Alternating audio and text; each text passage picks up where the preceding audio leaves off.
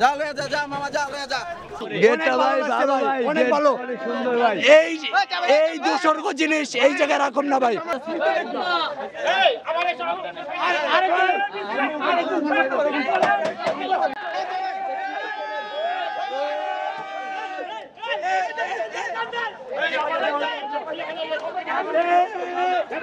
দর্শক আমরা দেখছি যে ধানমন্ডি 32-এর একটি যে গেটটিকে খুলে ভ্যানে তুলে বেশ উচ্ছ্বসিত দেখছি আমরা, কয়েকজন মানুষকে দেখছি তারা বেশ উচ্ছ্বসিত, একটি পুরো গেটটি তারা খুলে নিয়েছেন, খুলে নিয়ে উচ্ছ্বসিত।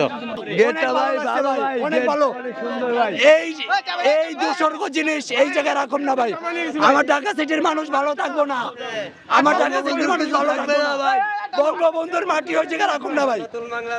কেমন লাগছে? বঙ্গবন্ধুর মাটি এইখানে রাখুন না ভাই।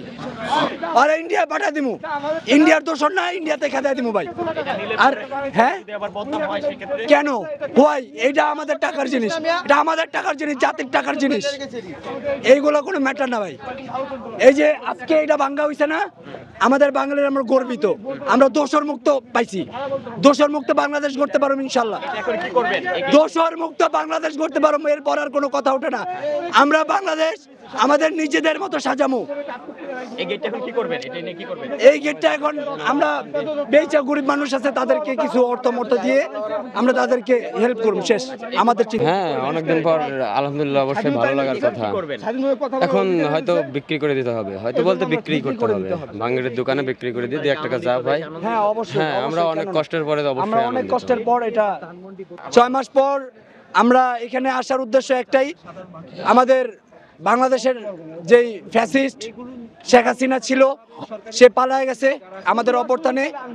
এখন সে আবার আজকে লাইভে আসার জন্য, উল্টাপাল্টা বলার জন্য আমরা তাকে একেবারে নিশ্চিহ্ন করে দিতে চাচ্ছি। সেই জন্য আমরা এখন আলহামদুলিল্লাহ খুব শুকরিয়া করতেছি। আপনারা আমাদের জন্য দোয়া করবেন, বাংলাদেশটা যেন সুষ্ঠু সুন্দরভাবে আমরা করতে পারি ভাই। দীর্ঘজীবী হোক বাংলাদেশ। অনেক পরিশ্রম, মনে ছিল যে খুলতে পারবো না, আল্লাহর প্রতি বিশ্বাস ছিল, খুলছি, খুলে আল্লাহ একবার বলে চেষ্টা করছি, পাইছি। আল্লাহ দেশে নিয়ে যাচ্ছে, আল্লাহ বদনাম যদি মনে করে সবাই নিয়ে যাচ্ছে। আমরা অসহায় গরিব মানুষ, আমরা বেশি ইনকাম করতে পারি না, আমরা রিক্সা চালাই ইনকাম করতে পারি না, মহাজনকে দিয়ে আমরা খেয়ে বউ বাচ্চা ভাই বোন চালাইতে পারি না। এইটা থেকে আর কেউ দুর্নীতি করবে না, এই দেশে আর কেউ জুলুম করবে না, এই দেশে স্বাধীনতা কেউ কেড়ে নেবে না, কেউ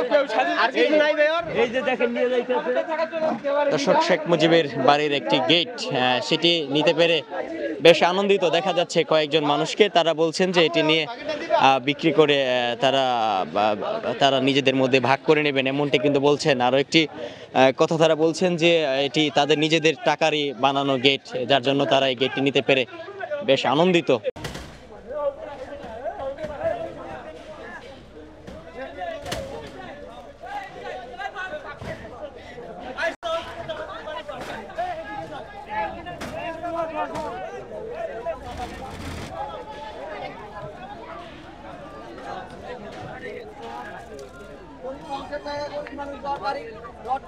মানুষ